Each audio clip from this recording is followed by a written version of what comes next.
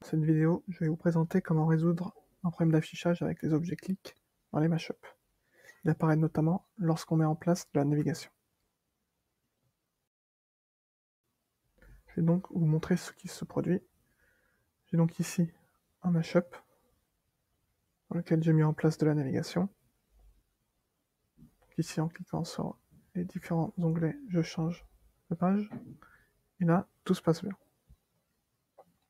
Mais lorsque je retire le petit correctif, que je sauvegarde et que je reviens à la navigation, et bien là on voit que les objets ne s'affichent plus correctement. C'est donc le but de cette vidéo, c'est de corriger ce problème.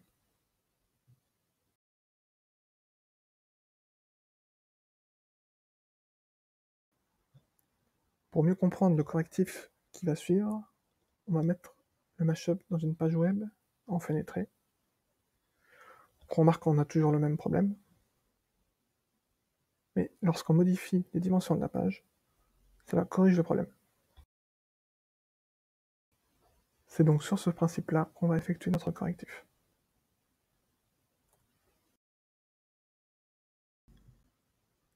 Nous allons retourner sur notre mashup et aller dans la partie JavaScript.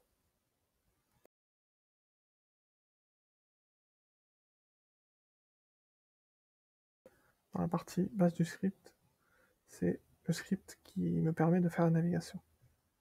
Je ne vais pas rentrer dans les détails, mais pour faire simple, c'est un système qui permet d'afficher ou cacher différentes divisions.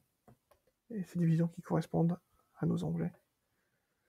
Et ici, donc, en cliquant sur une des tables qui correspond à la classe, pour moi, tab stop bar, c'est ce qui va permettre d'afficher ou cacher ces divisions.